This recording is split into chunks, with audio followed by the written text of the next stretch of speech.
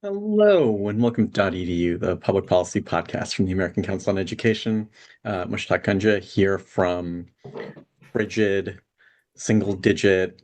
I mean, when I went out for my walk this morning, wind chill of 2. That was a big mistake. Here with my co-hosts, as always, Sarah Spreitzer, John Fansmith. How are you two doing?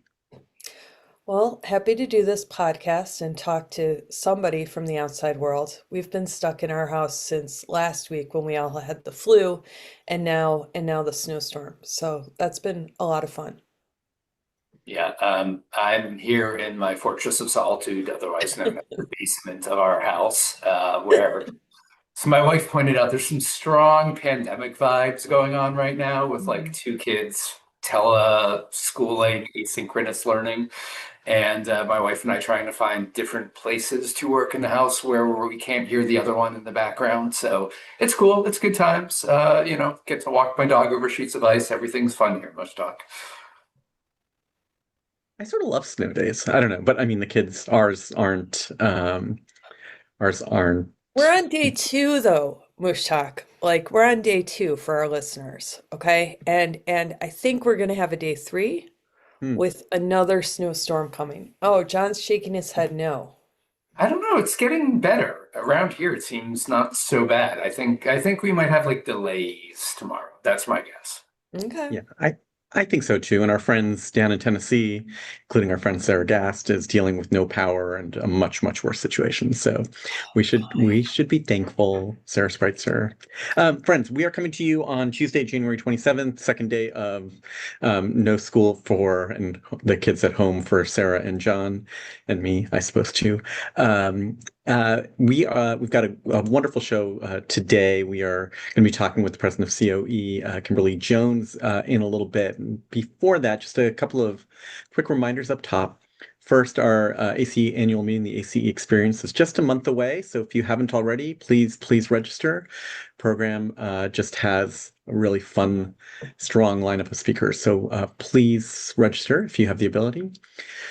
Second, in our last episode, we spent a lot of time discussing the harmful impacts of loan limits on programs the Department of Education does not consider professional. And since that podcast, we've launched a contact Congress tool that makes it easy to let your lawmakers know why this definition needs to be expanded. So we're always saying, what can we do? I'm always asking John and Sarah, what can we do to help? Using this contact Congress tool will definitely help. Our producers are going to drop the link in the chat if they haven't already. Finally, last week we released our latest Pulse Point survey, which includes a bunch of responses from something like 400 higher education leaders. And we asked about sort of the most pressing topics of the day. Lots of really interesting information in that survey. So check it out. All right, friends, before we get to Kim Jones, I was hoping that we might be able to talk about what the state of appropriations is, where we are federal funding wise, talk about the latest in accreditation, and then just a couple of legal updates if we have a minute. So, friends, just to set the stage on federal funding, we of course came off that government shutdown late fall, and then Congress actually got to work and actually passed 6 spending bills, including you guys are going to correct me if I'm wrong, but Ag, Justice, Commerce, Interior, VA. But what's pending is still some big ones, including Defense, HHS, Homeland Security, State, HUD, and then crucially for us, right, labor and education. So all felt like it was on track, right? The House passed those 6 bills, sent them to the Senate, but then all things Minnesota happened. Now, funding, I think, you guys are going to correct me if I'm wrong again. Funding is set to expire this Friday. Friends, where Friday are we? What's midnight. Yep. what's the latest? I'm going to let John talk about the boring parts of this, but basically, Mushtaki talked about the fact that they were able to move a bunch of bills. And the way that they did that is they bundled the bills together. And so, with the last few, like Labor H and Department of Defense, they put those together with DHS as well as THUD. So, what's derailing the process right now is the fact that you have that funding for the Department of Homeland Security. That package already passed the House, and now it was expected to go to the Senate and be passed along bipartisan lines. As you said, Minnesota happened. There's not a lot of support for funding DHS right now. But because the House passed it as one package, it's unclear if they can move those other bills, like the labor HHS education one, alone, or if it would have, if they'd have to separate them out and go back to the House. I'm of the opinion that they can do whatever they want. If last year has taught us anything, it's that Congress doesn't have to play by their own rules. So I'm less worried about a shutdown, but I'm sure John is going to disagree with me. Yeah, in this case, I mean, you've said that many times recently. I'm like, oh no, actually, I agree with her, but no, I disagree with you. I Yeah. think we're going to get into a shutdown. It may be a short shutdown because nobody wants a shutdown, but the problem is they have a bill to consider that is all six of these appropriations bills. You would think there would be a process by which they could just strip one out and say, we're not going to deal with that, we'll deal with it separately. It doesn't exactly work like that. If you want to do that, you can, but you need to do a vote, which would mean you need at least 13 Republicans to join Democrats in stripping that out. Even if you do that, that's not the bill that the House passed. So even if you strip it out and put Homeland Security to the side, you still have to send it back to the House to vote on, which again wouldn't be a big deal, except the House isn't here this week. We've had a lot of weather. Getting members of Congress back in, on an expedited basis could be a challenge. And that's if they wanted to do it. So far, Speaker Johnson has essentially taken a version of the line of we did our work. The Senate agreed to these levels, they agreed to these bills. They need to finish the job. That's not our problem. They need to get this done and passed, right?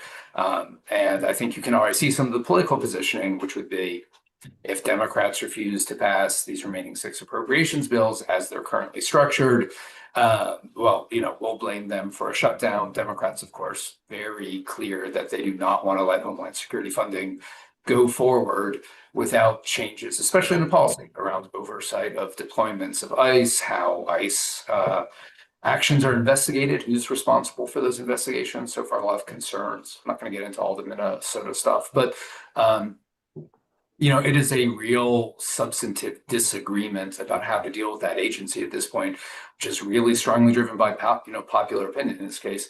I don't see either side breaking down. Now, Senate Republicans have floated a couple different alternatives. They said, look, pass the bill and we'll come back and we can agree to do a bill on oversight later, or we can get executive action in place to assure that the money will be appropriately spent.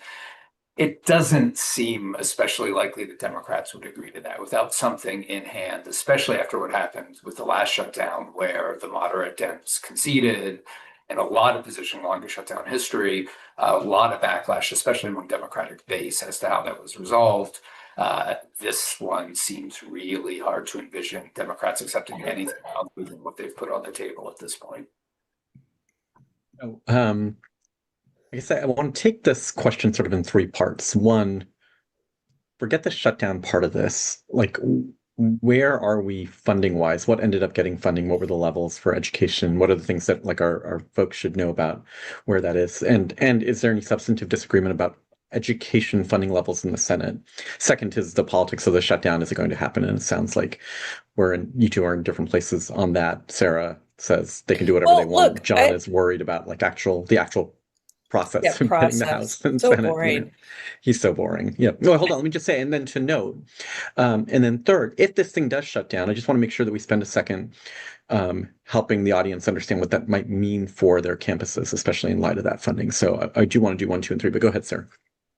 No, I think that we may have some sort of shutdown. I just don't think it will be as long and as protracted as we had it before, because we are talking about more kind of the process as opposed to the numbers. The numbers that they agreed to on a bipartisan basis are really good for our institutions. I'll let John talk about the education programs, but the National Institutes of Health actually got a $3 billion increase, and that was over 40% cut that the president had proposed for that agency.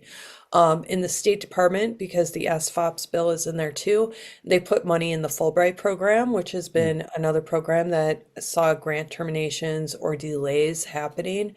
So Congress heard from higher education advocates and restored that funding. And so we want to see these bills passed. Also, there's a lot of language in there about how the administration has to spend out money as it is allocated by Congress, which is very different from what we had in the CR last year.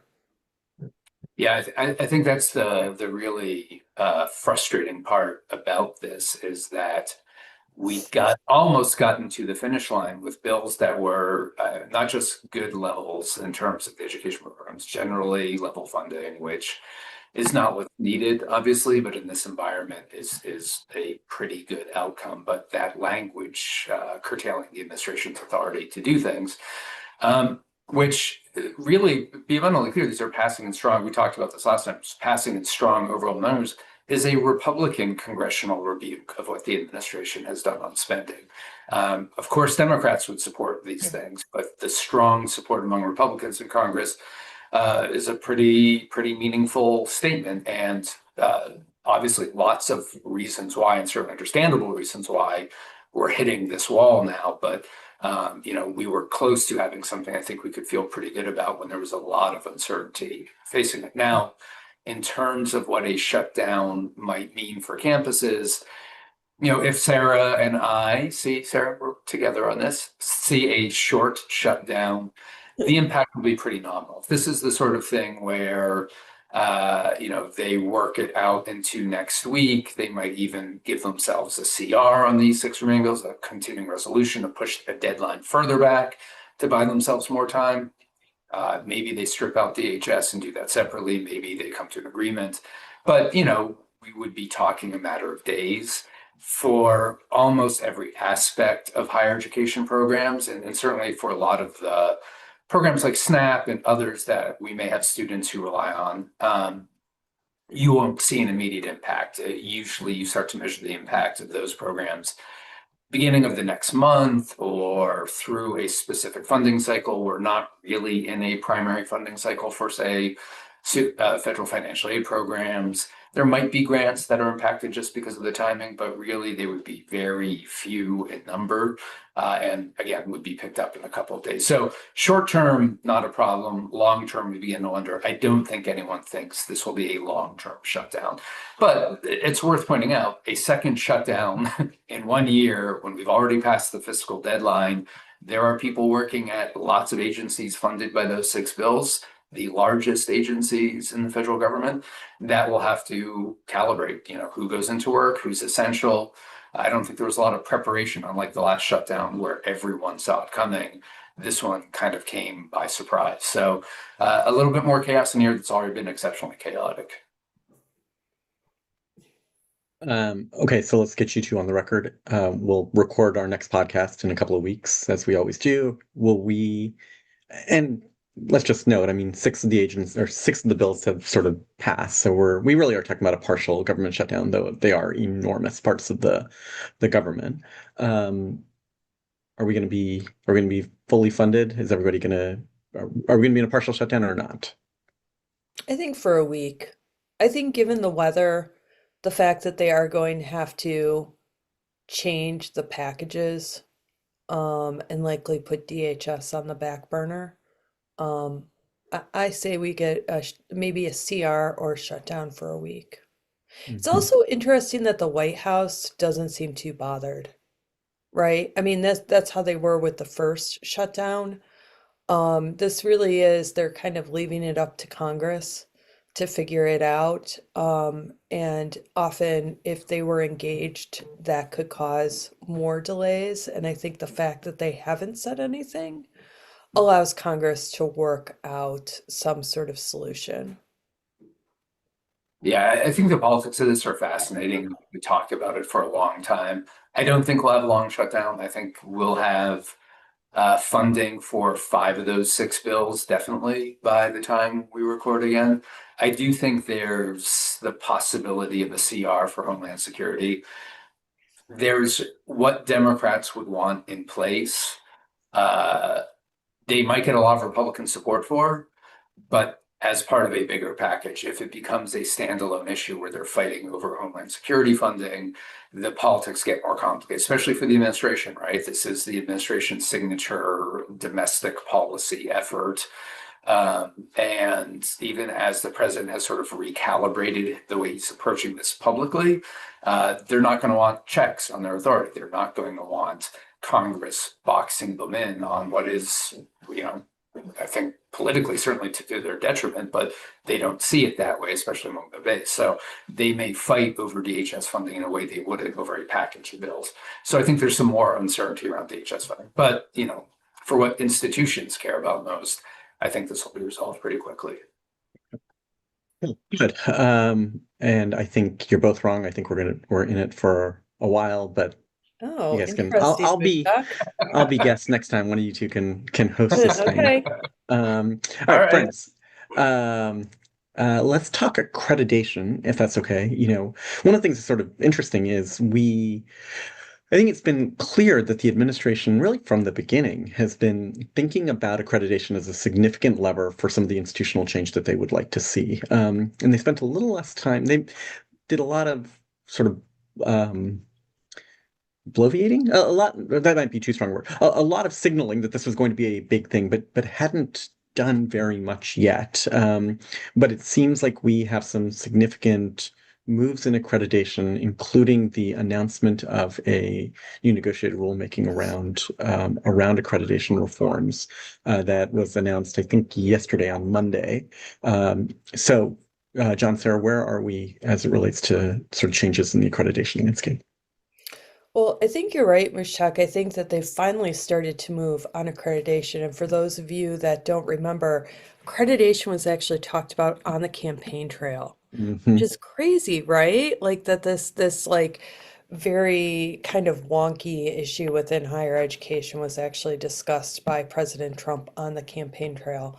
So it has been a focus, but I think we have to go back to the end of 2025 for kind of the first action, which was to make some changes to the NICEQ group, which is what does NICEQ stand for, John? Haha. Council on Institutional Yeah, it's Quality, something. institutional quality. They are like Instructional basically quality. the accreditors of the accreditors, right? It's this federal board that's going to examine accreditors and say, yes, you are allowed to accredit institutions of higher education or programs at institutions of higher education for the purposes of Title IV eligibility. John's looking is grimacing, but I'm pretty sure that's right. Um, but they waited to have the first Nasiki meeting until the fall of last year because that was when you were going to see some rollover of President Biden appointees to President Trump appointees. And I think for the first time in Nasiki history, it was actually a pretty spicy meeting, where we saw the chair replaced, right, John? And some clear direction from Undersecretary Nicholas Kent about the direction that Nasiki would be going in. Yeah, and I think obviously if you follow accreditation, there's been some other NACICI meetings that have been pretty charged, and there's been some moments around accreditation in which what's I think historically it's safe to say has been a relatively quiet area of higher ed policy has moved to the forefront, but I think Sarah framed it in a really nice way. The administration on the campaign trail talked about accreditation. They were doing other things early in the administration, but now we're seeing all these multiple efforts tying together. And the Nasiki meeting was a good sort of canary in the coal mine about this. They seated the members by who they've been nominated by. So all of the Trump appointees were seated together. There's designation as to where they've been appointed from. Certainly, Undersecretary Kent spoke to the committee and talked about, leveled a lot of the criticisms this administration has about creditors, not just what their role is, but their failure to perform their role in a way that they think is appropriate. So very charged from the beginning, a contested vote in which a lot of pressure was put on to elect a new chair of NSEKI from one of those new Trump appointees. A lot more partisan. Historically, NSEKI has been a relatively nonpartisan body, regardless of whatever else is happening, and with a pretty clear mandate as to what they're supposed to be working on. So, kind of the irony of that was after such a charged meeting around who's sitting where and the politics of the people at the table and everything else, the reviews of the accreditors that went forward were pretty by the books, right? It wasn't actually very contentious or highly critical. So there might be an ability to separate out some of the politics or in the rhetoric side from the function of NSEKI. But again, first meeting. Um, as of Monday, the administration had requested comments. That was a deadline for comments on revisions to the accreditation handbook. If you don't follow this stuff, that's basically just a guide to accreditors as to how to understand and interpret the requirements on accreditors as they review institutions or programs. They asked a lot of questions for feedback as part of the comments. And then, and I'm rolling these together because they're very much related. They also, at the end of last week, I think on Friday, announced that they would be doing a negotiated rulemaking session, 2 one-week sessions, starting in April on accreditation, and then listed out the topics they wanted to cover. And both the handbook questions and the rulemaking sessions are covering a lot of things that we saw in the executive order.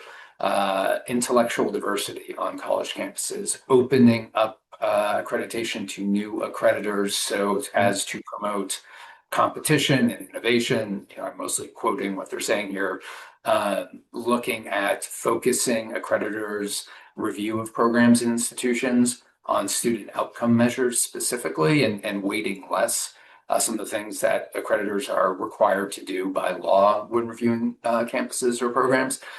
Looking at things like diversity, whether that's under sort of the rubric of diversity, equity, and inclusion, how that plays into accreditor standards. A lot of these things, how difficult it is to become a new accreditor, making it easier for institutions to switch accreditors, things that have been a part of the policy emphasis for institutions. And I've been going on for a while. I'll stop in a second, but I think certainly I'll stop where I started. Sarah's framing was they talked about this. We knew coming in, they've put a lot of pieces in place. When you combine all of those pieces into one element, what is abundantly clear is they are looking for a pretty comprehensive overall of the accreditation process, reshaping it in a way that, I'll say, which concerns me because of putting a very heavy federal hand on who the accreditors are, what their work looks like, what they should be prioritizing in ways that historically they haven't. And we, I think, don't want. We don't want a politicized process that says these are the good schools, these are the bad schools. And with this administration, with things like the compact, with the tax on individual institutions for prioritizing diverse campuses, these are very problematic approaches to take. And if it becomes substantively part of the process of accreditation, it's a powerful lever to use over colleges and universities and what policies they implement, and maybe more importantly, what policies they feel they have to abandon. Yeah, if there were one surprise, the biggest surprise for me maybe in 2025 was actually that they didn't start out thinking about doing more on accreditation right away. I mean, as Sarah said, the Trump administration sort of, or the Trump campaigned on this. So I thought that maybe we'd be fighting a whole bunch of accreditation fights in that first year, but it looks like it all got pushed to the second. And there's some stuff.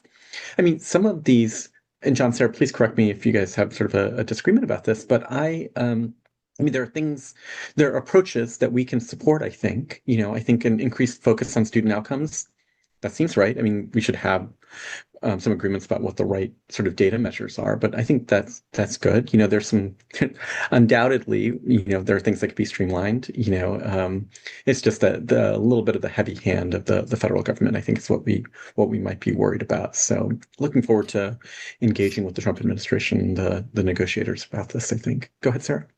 I was just going to say, remember the overall goal of the administration, though, is to dismantle the Department of Education.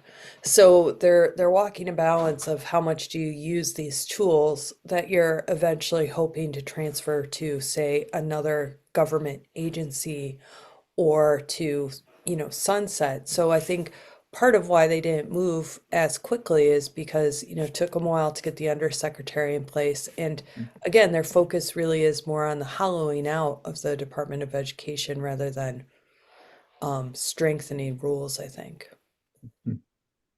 Well, we'll go This ahead, goes back Joe. to that perpetual, I won't prolong it, but that perpetual kind of disagreement we have about, is the Department of Education a tool and do they realistically think they can get rid of it versus what are the sort of more politically theatrical aspects of going after the Department of Education? And I think Sarah and I disagree in that area at least, but there's I think a lot of validity in what she says too. So I don't think either one of us is 100% correct here.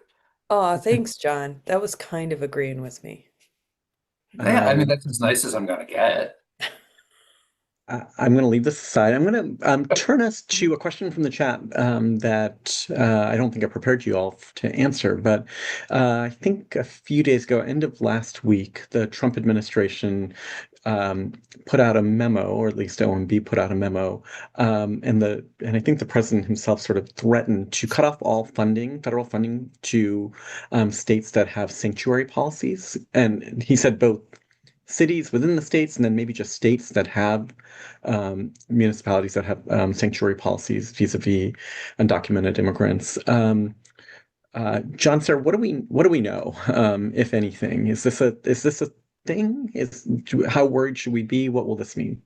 I mean, this is like following the playbook that Russ Vought has used at the Office of Management and Budget to kind of use federal funding as a way to enforce policy changes like DEI, like definitions on gender, on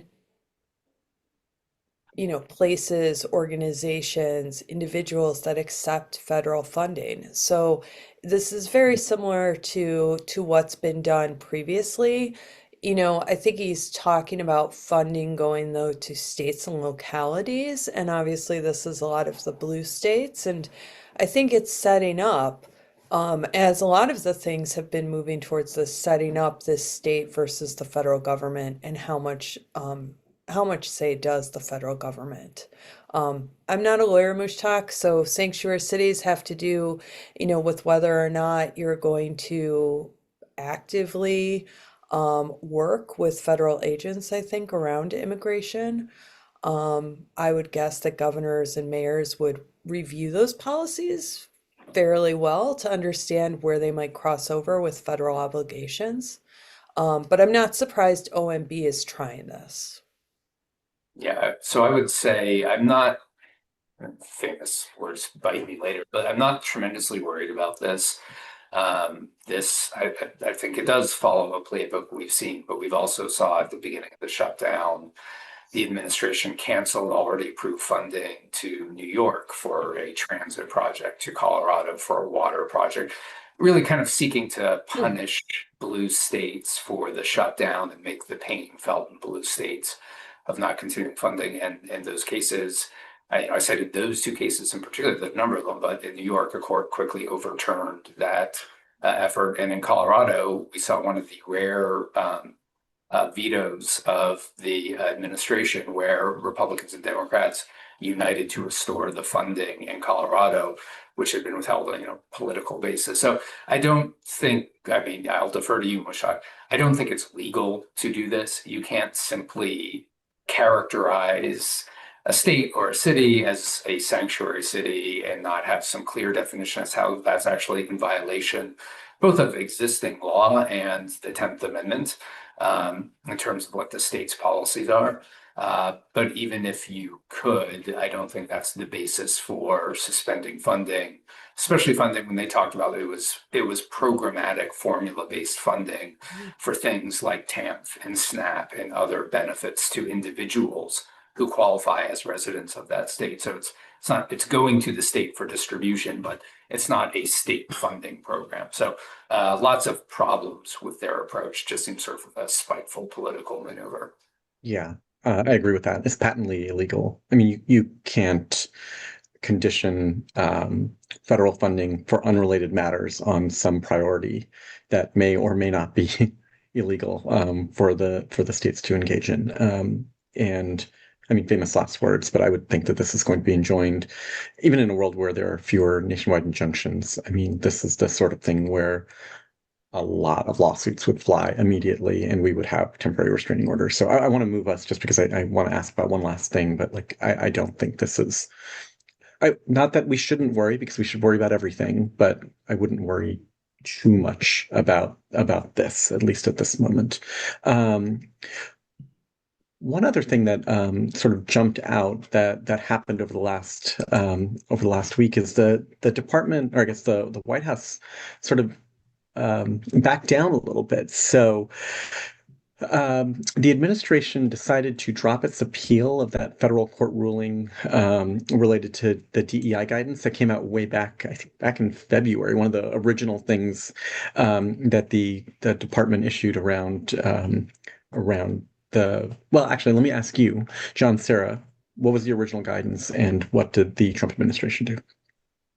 This was the famous February 14th love letter to higher ed, which essentially said, this is how you are supposed to treat efforts around diversity or inclusion on your campuses. It took this incredibly expansive definition of SFFA versus Harvard to say, affinity graduation ceremonies are discriminatory. Allowing for themed housing is discriminatory, even if you open it to students of all races, right? Mhm. Um, it, I think at the time, everyone's reaction was the same. This is so far over the line as to not only be ridiculous, but unenforceable. Um, Long and the short of it is the administration withdrew this, I think, because it was abundantly clear if they would not prevail. It was badly written legally, it was overbroad, it was just a bad piece of guidance with no force of law behind it. A massive overreach early on. And so they didn't really have much choice with withdraw. Now, I want to be really clear. That means that they can't come after institutions for not following those policies that they demanded. Things like whether grant funding that included references to diversity or other things, or studying a diverse population, those aren't protected by this. The administration can still assert what their policy priorities are and fund along those lines. So this is not a blanket bar on the administration from going after diversity. It just narrows what institutions, and K-12 schools too, have to do in terms of what legal compliance looks like from this Department of Education in this area. It's a win, no doubt, but it's not a universal win.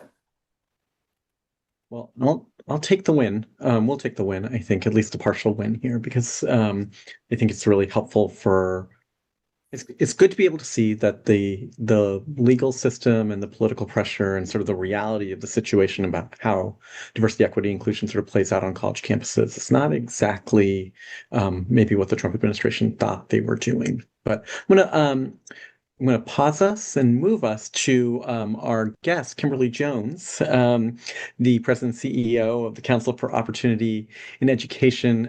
Kimberly is a great friend of the higher ed sector of ACE. And Kimberly, welcome to the podcast. Hello, hello, hello. It's great to be here. I'm thrilled. So, Kimberly, for those of our audience who don't know very much about the Council for Opportunity in Education, would you tell us a little bit about the organization? Sure. So COE, as we go by, we are actually 45 years old this year. We were founded in 1981. And it was founded by a group of TRIO directors who really wanted to be more involved and have more autonomy in their work. And so while COE is probably primarily known for our advocacy around TRIO, that's certainly not all we do. A big piece of our work is professional development for TRIO educators, making sure they are up to speed and implementing all of the latest technologies and trends in higher education to make sure first-gen low-income students get to and through college. And also, one thing I'm supremely proud of, we have a number of student opportunities that we provide. We host student leadership conferences for both our high school age as well as our college students. We provide a study abroad program for low-income first-gen college students. We provide internship opportunities, paid internship opportunities for undergrads and recent college grads who are TRIO alumni. And we have our Pell Institute, which is our research arm, which produces a lot of work around what is happening in higher education with respect to low-income first-gen students. So, Kim, I think you probably have to be under a rock in the world of higher education to not know what TRIO is.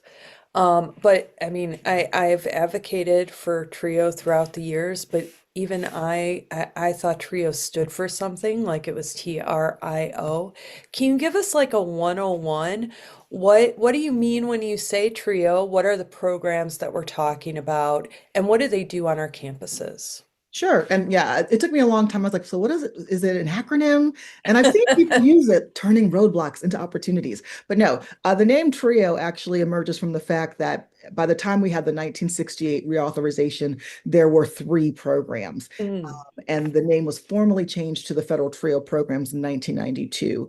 But TRIO is a compendium of programs which serves students from as young as the sixth grade all the way through adult education, starting with 6th through 12th graders in our talent search program, which is a outreach program to identify young people who have the potential to succeed in higher education, but not the family background or the income.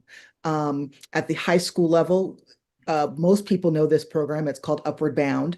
And in addition to doing a lot of what our talent search program does, it's even more intensive, which includes Saturday academies, which have academic classwork, assistance with SAT, ACT prep, scholarship research, and then the hallmark of Upward Bound is a 6-week residential college experience. And that's really where students have the opportunity to feel like a college student and learn that they can do that work.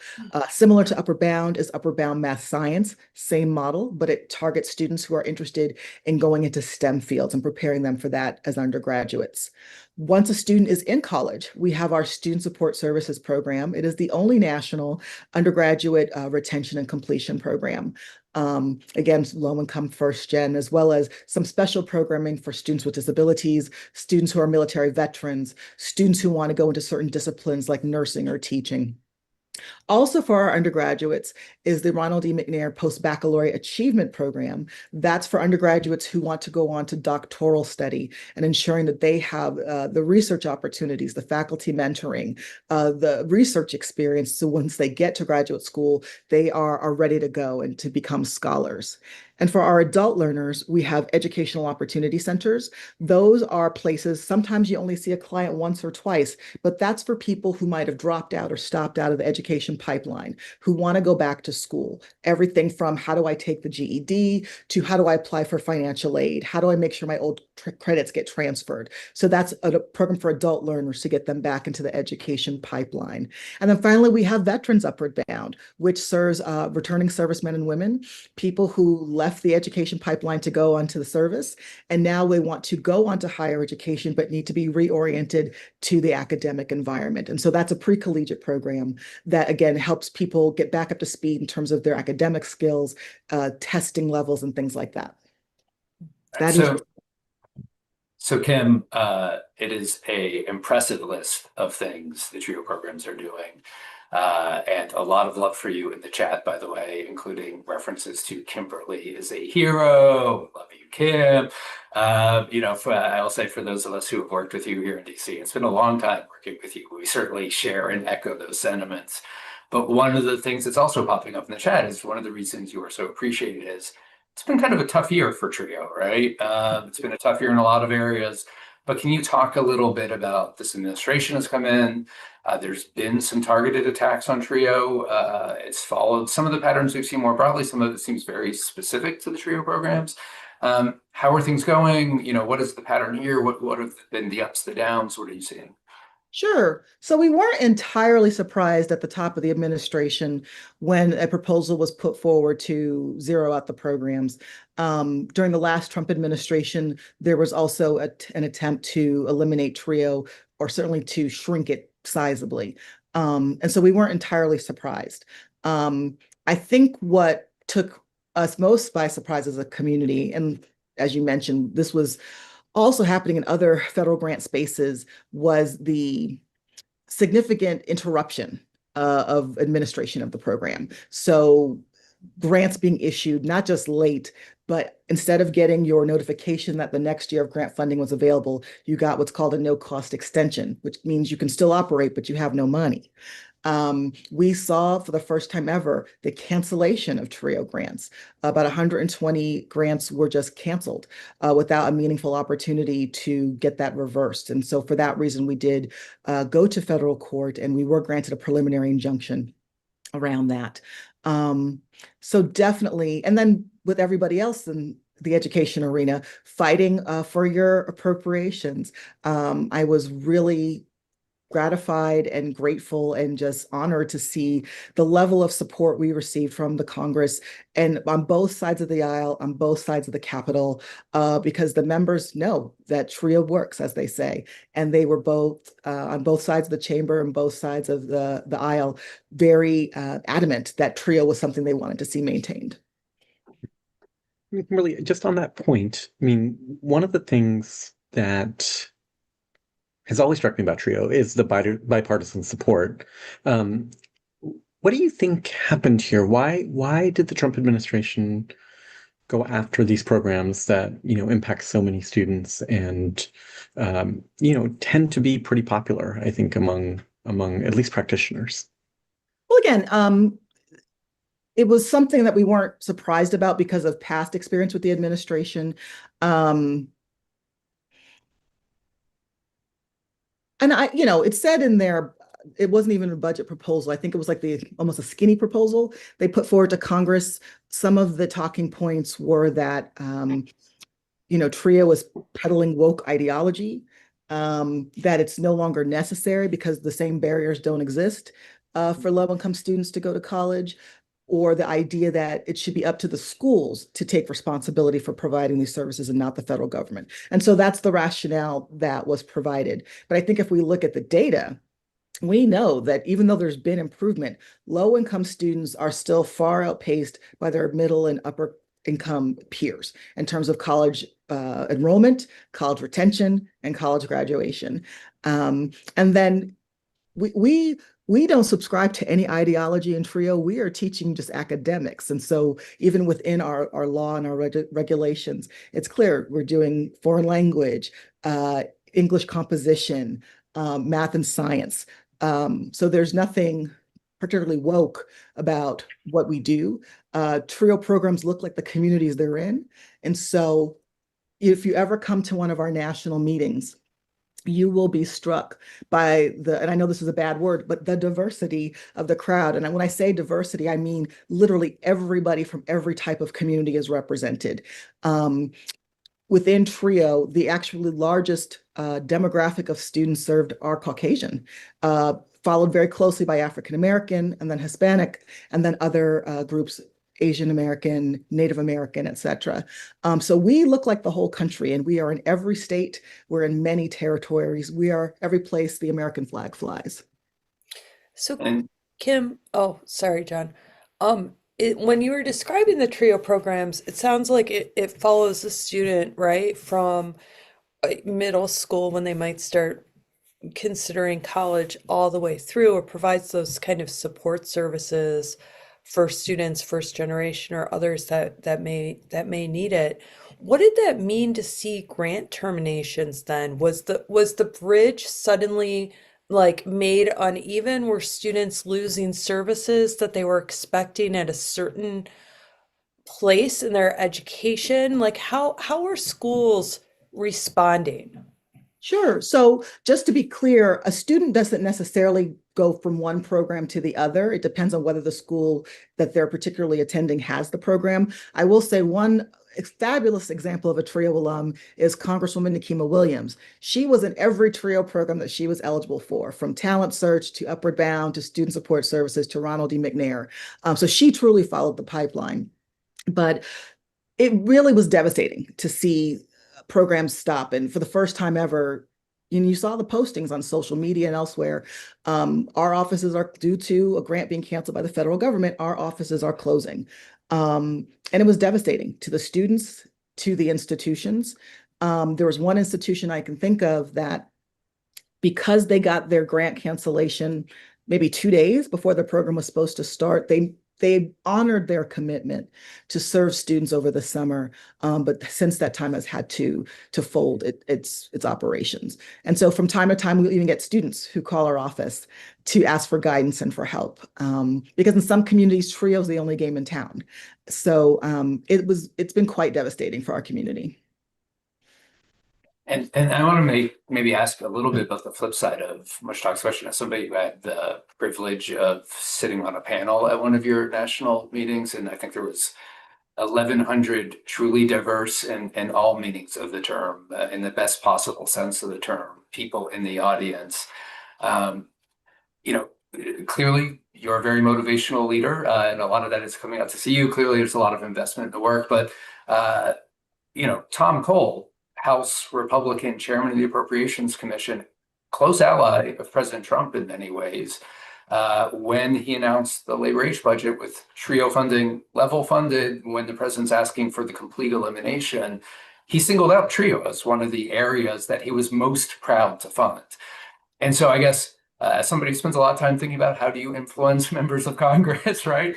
How do you get those 1,100 voices? How do you get them all unified and working in a way that you have this really strong bipartisan support, even from incredibly prominent voices? Sure. Well, I'll tell you, as much as I want to take credit for being such a good lobbyist, with someone like Tom Cole, his support and championing of TRIO predates his time in Congress.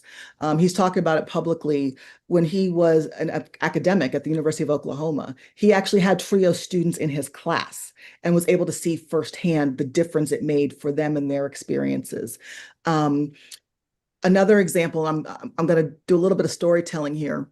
One of the first congressional champions for TRIO back in the 1970s was Shirley Chisholm.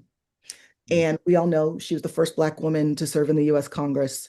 And so what she did, because she believed in TRIO, she introduced the programs to Congressman Lewis Stokes, who, as most of us know, was the first African American to serve on the Appropriations Committee.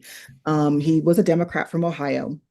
And when he served on the Appropriations Committee, he was joined by the first TRIO alum to serve in the US Congress, a Republican from Texas, Henry Bonilla, who came to the Congress in 1993. And so together, this Black Democrat and this Hispanic Republican joined together. They both served on Appropes and had a bipartisan goal to make sure TRIO was supported. And that's really been our model ever since. And both of those examples, Tom Cole, Lou Stokes, Henry Bonilla, it's because they had individual experience with the program. They saw it firsthand. Henry experienced it firsthand. And to this day, he tells you, I would not have gone to college if it wasn't for Project Stay Talent Search in San Antonio.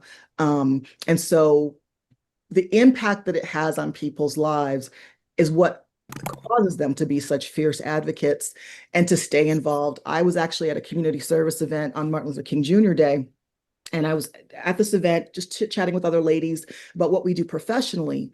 And when I shared what I did, the organizer of the event stopped. So I was a McNair scholar, and I'm still in touch with my McNair faculty member.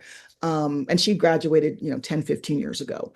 And so again, it's the impact it has on people's lives that make them such strong advocates. Questions in the Q&A about pending shutdown questions.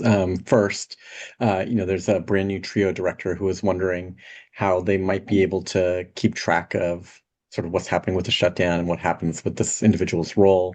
And then a specific question about the shutdown, how it might affect the TRIO talent search and EOC grant competitions. Kim, take either or both of those? Sure. So first of all, congratulations to the new TRIO director. They're in the right place, listening to ACE, staying on top of what's happening and coming out of COE. You're doing all the right things. We're fortunate in that TRIO, like a lot of higher education programs, are advanced funded. And so even though we're in fiscal year 2026, programs are operating on fiscal year 2025 money. And so for the moment, there's no disruption if there were to be another shutdown. There'd be disruption in the sense that there would not be staff you could contact at the Department of Education. I'm just going to put that in the parking lot because they would not be working. They would be furloughed. There is a very real problem, though, with respect to the TRIO grant cycle. The next TRIO grant competitions that are supposed to take place are the talent search and EOC competitions. That's supposed to happen this year. We are already behind schedule. Every 5 years, they have the competition, and the final application 5 years ago was published at the end of January. And so here we are at the end of January. So we were really grateful to see in both the House and Senate report language, there was identical language at the time telling the Congress, indicating to the department, they wanted to see those competitions launched by December 1st, 2025. While that date has passed, the spirit, I think, is still very much there, that there's an expectation that they will host the competitions on time. And some additional language also stated they wanted to see all grant competitions, or not even competitions, all grant awards, competing and non-competing, issued by June 30th. So again, the congressional intent is there that TRIO would operate in a timely manner. But if there is a shutdown, certainly there's no one to move the work forward. So that is certainly a concern.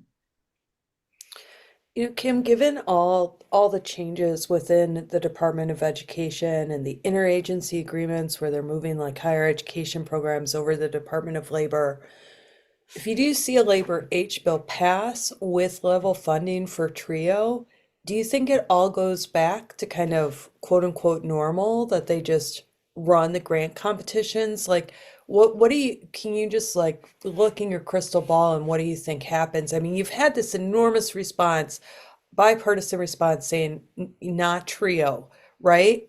Is that going to be enough for the administration to kind of back off? I don't know. There was some language in the LHHS bill that, we're still waiting to see what happens with it, that put some guardrails, but not outright prohibitions on what the Yeah.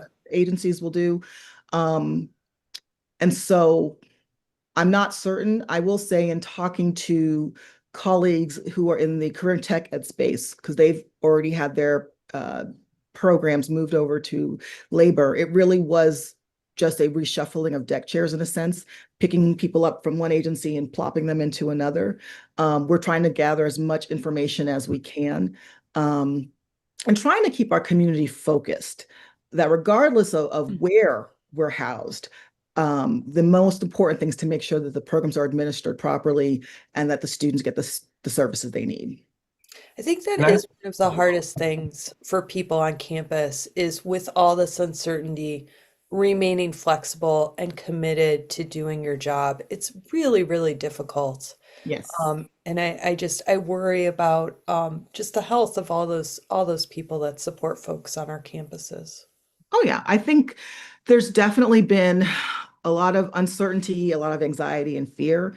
Again, not just in TRIO, but in the whole sector, Yeah. because of all the challenges we faced this year.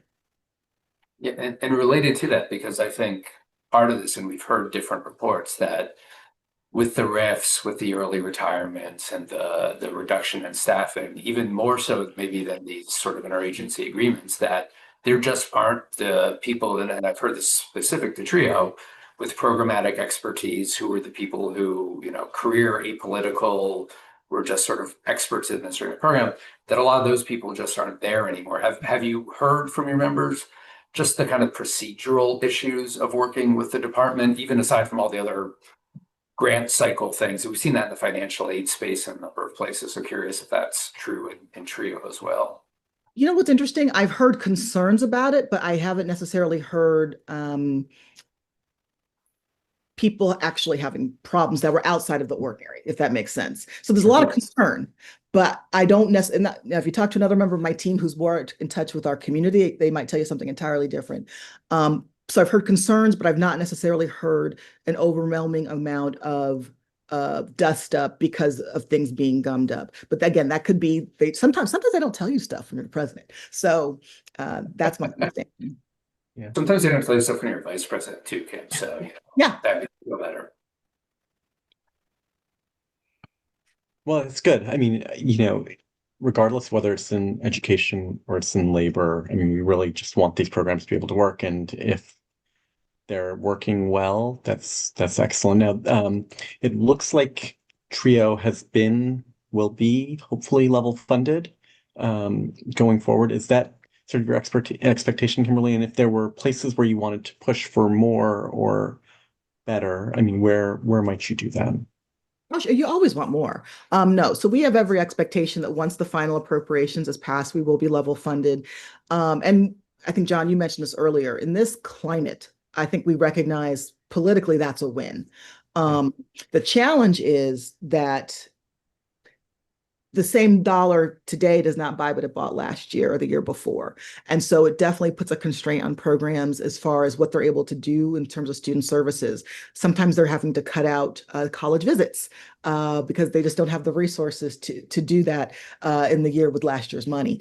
And so programs are having to scale back in ways that are unfortunate. And so Trio always asks for more money because the need is very great and it stays great.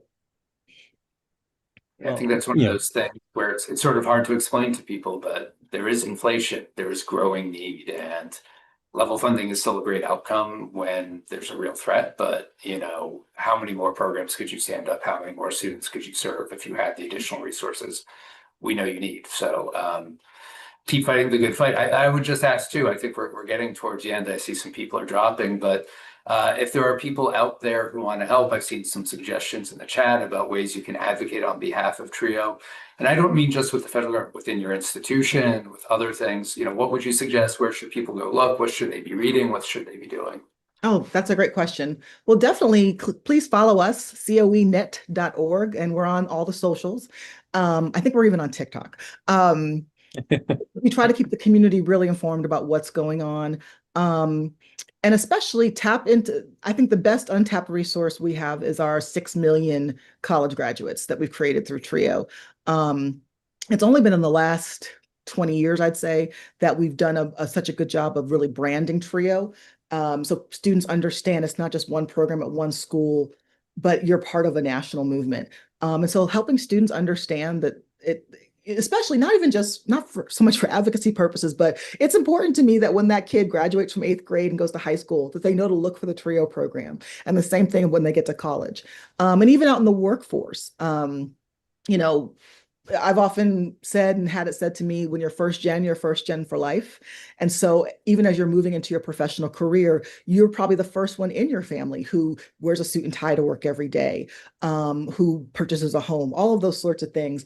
And so finding those peers in your professional setting as well is something we're trying to cultivate for our alumni. Well, and our producer, Lauren Ernston, has dropped in the chat the coenet.org/take action now link. So I think there are places, if you click through, that you'll be able to help support the effort.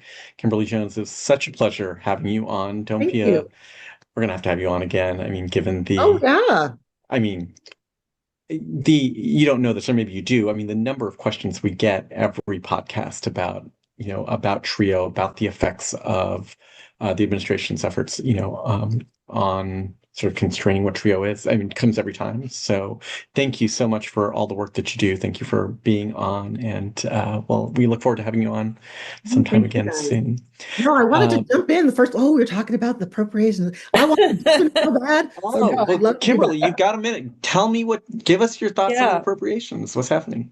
Well, I mean, again, I don't know if I'd agree with John or Sarah.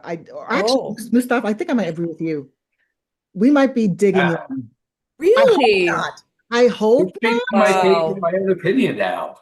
Well, the thing is, this is a hot button issue. I mean, I don't think they're going to solve this quickly. I hope they Right. do, but I mean, I'm with you, Kimberly. I mean, look, I haven't seen the Democrats coalesce so quickly around an issue. It took them a long time to figure out that they were fighting for healthcare on the last shutdown. Like, this is clear, and for the lawyers out there, we probably need some sort of Bivens situation. We've got a qualified immunity problem with our ICE agents. That they can't be basically held responsible, and DHS investigating DHS shootings, like that's not going to work. And so but I think the administration is going to be dug in. I mean, whether they can split up the 6 funding bills, and hopefully they will fund labor and ed, and we'll split this and have a conversation just about DHS and not all of them. But whoa, I mean, yeah, I'm worried. But I do think there's going to be a lot of hearings. I think the Republicans are calling for hearings. I think that they are, for the sake of a functioning government, trying to separate out the other I bills. hope so.